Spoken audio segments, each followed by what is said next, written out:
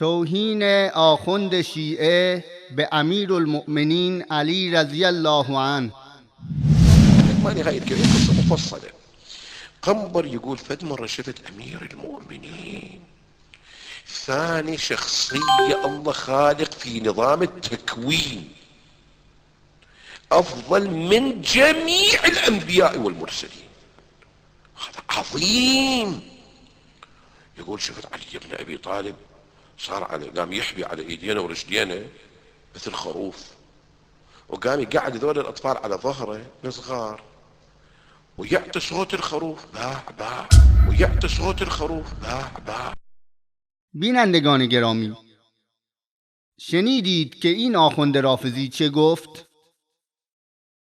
علی بن ابی طالب را دیدم که مانند گوسفند بر 2 دست و 2 پا می‌خزد و کودکان را بر پشت خود سوار نموده و صدای گوسفند در می‌آورد.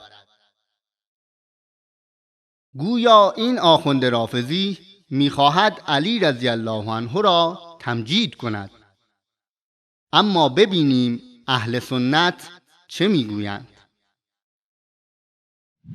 أقول إننا الليلة على موعد مع إمام كبير، تعالوا معي لنلقي السمع والبصر والفؤاد بين يدي هذا الفقيه الرباني العالم الذي يجري الحق على لسانه وقلبه، بين إمام من طراز عمر، بين يدي إمام من طراز عمر.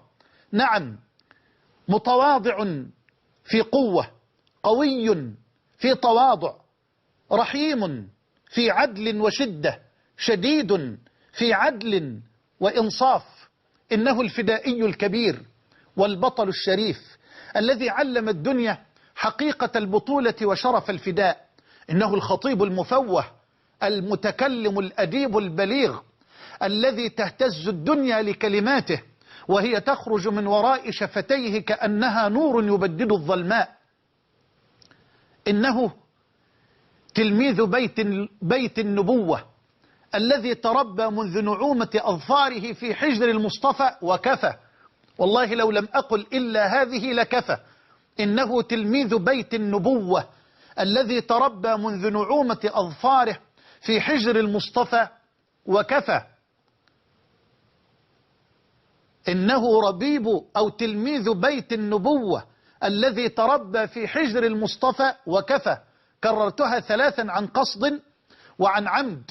نعم أيها الأفاضل، إننا الليلة على موعد مع إمام كبير اضطر يوما أمام الغوغاء أن يفخر وأن يبين مكانته ومناقبه، فقال: محمد النبي أخي وصهري، وحمزة سيد الشهداء عمي.